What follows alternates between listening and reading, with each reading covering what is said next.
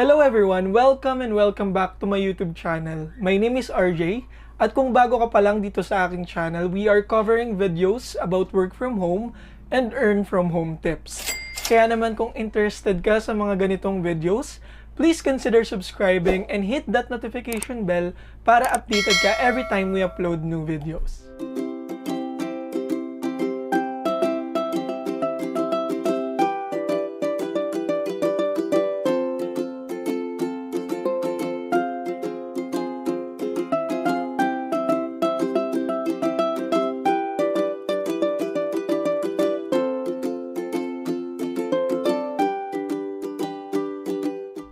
So yun guys, before we proceed sa ating video today, I just want to let you know na meron pa rin tayong giveaway.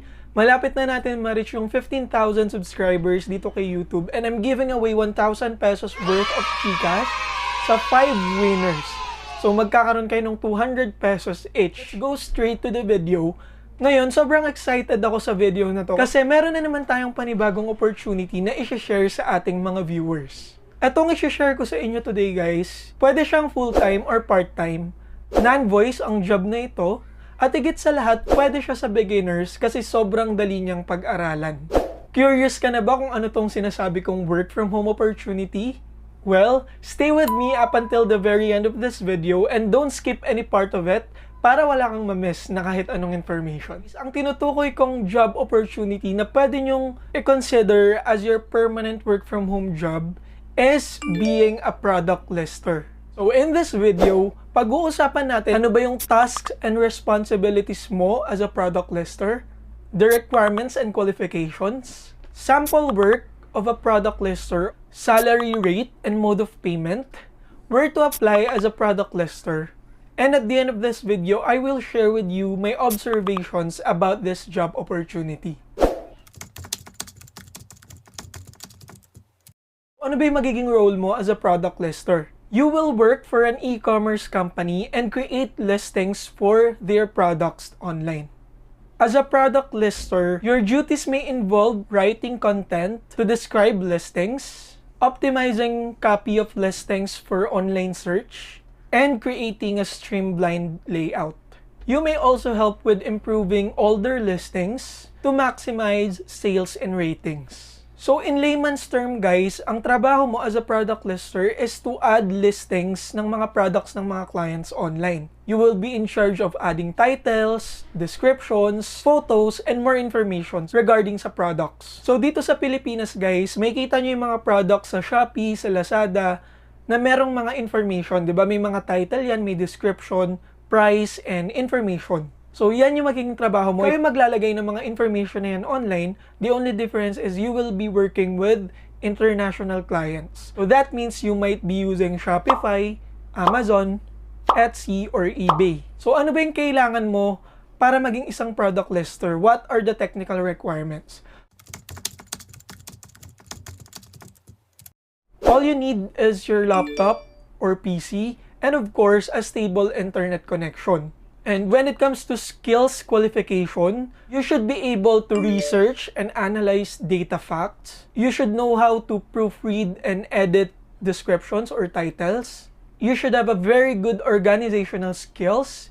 You should be attentive to details. Of course, you should be able to follow specific instructions. And sometimes clients would require basic knowledge of SEO or search engine optimization. So ngayon, proceed tayo sa sample work ng isang product lister. So ayan guys, ito yung sinasabi ko sa inyong listing. Kunyari ito from eBay, meron diyang title, merong quantity, price, and the description. Yan, so ito yung mga information na ilalagay nyo dun sa inyong listing. So say for example, ito yung gagawa natin ng listing. Gamitin natin si Shopify for our listing. So, pupunta lang tayo dito sa Products tab and then click on Add Product. So, the first one that we need to add is the title. So, say for example, provided na ni client yung mga information and you just need to add those. Ito, lagay natin tong title na to. Now, for the description, we can use this. So yan, for the description, most of the information na makikita nyo dito ay information on how the product works, para saan ba yung product na to, ano yung benefits ng products. And then for the media, it will be the photos of the product na madi-display doon sa ating website. So all you need to do is to click on add file, or you can also drag and drop the photos and it will be uploaded. So for the price, let's use 175 pesos. Pero if you're working with an actual client, it can be US dollars, Canadian dollars, or kung ano man yung currency ng country nila.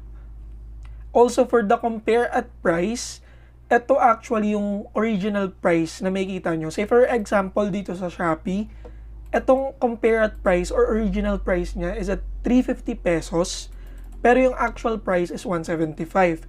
So we can put it here 350.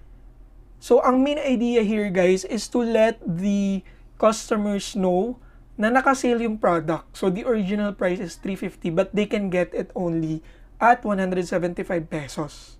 For the SKU naman guys, it's based on your client's inventory. So every product has their own SKUs. Say for example, ito yung SKU niya. And then barcode, ISBN, UPC, GTI, yan kung may available, you can put it here. For the quantity, ito yung available stock nyo sa specific item. So kunyari, meron kayong 100 pieces, you can put 100. And yes, this is a physical product. You can also put the weight here. Tapos dito naman, wala naman tayong mga babaguhin dito sa part na to. Tapos if yung product nyo is may variation, you can click on this option. This product has options. So say for example, we have scent. And then we will put like rose scent. So kunyari yan yung mga available scents. So ayan, kung naglagay ka ng variants, kailangan mo rin of course lagyan kung ilan yung quantity na meron ka or meron si client for each specific scent or variant. And technically, those are the information that you need to add. If you are going to use Etsy, Amazon, or eBay, most of the time yan lang din yung mga information na kailangan nyo. Tapos, dito naman kay Shopify, we need to make sure na it's active. And then type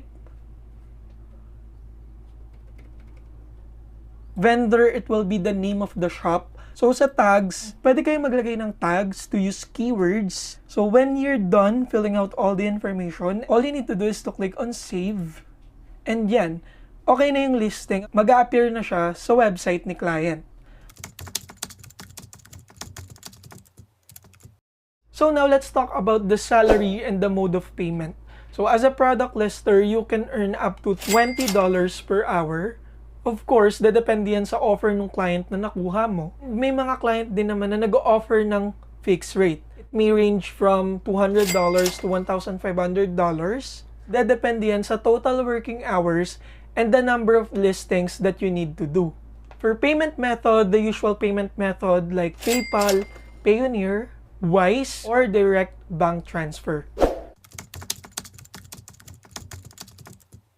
Ngayon, saan ka ba makakakita ng mga available jobs or saan ka pwede mag-apply as a product lister? I have 4 websites that I'd like to share with you guys. So to summarize all of them, those are onlinejobs.ph, upwork.com, freelancer.com, and fiverr.com. So yan guys, for example, for onlinejobs.ph, we have this experienced e-commerce Amazon listing specialist. So yan, it will be $600 to $1,200. For Upwork, for example, Amazon Seller Central Product Listing Guru or Loading Sheet Expert. So the salary here is $5 to $20 per hour. For freelancer.com naman, if you will use those keywords, you can find something like this: part-time eBay store dropshipping, product listing, and customer service. So it will be $2 to $8 per hour. Dito naman sa Fiverr, guys, ang gagawin nyo naman dito is gagawa kayo ng account. Once ma-set up nyo na yung account nyo, mag-offer kayo ng services. So say for example, hanap tayo ng mga product listers. So ito yung mga freelancer na nag-post ng services nila about product listers. So yan, kung makikita nyo, more on eBay product listing. So now guys, let's proceed sa observations ko about this specific job. I would recommend being a product lister for beginners kasi nga sobrang dali niyang aralin. Pero guys, it will depend pa rin sa client. What if si client ay mag-require ng advanced skills for listing optimization, like advanced knowledge of the SEO or any other advanced skills? Kaya what I do suggest is to filter the clients, make sure na basahin mo yung required skills at task na gusto nilang ipagawa. And if you think you can't do any of those tasks, move on na sa next client and find someone who are looking for basic product listing services. Legit na job to guys at marami na rin kumita as a product lister. If you are a beginner, I recommend attending or going through free courses or free trainings.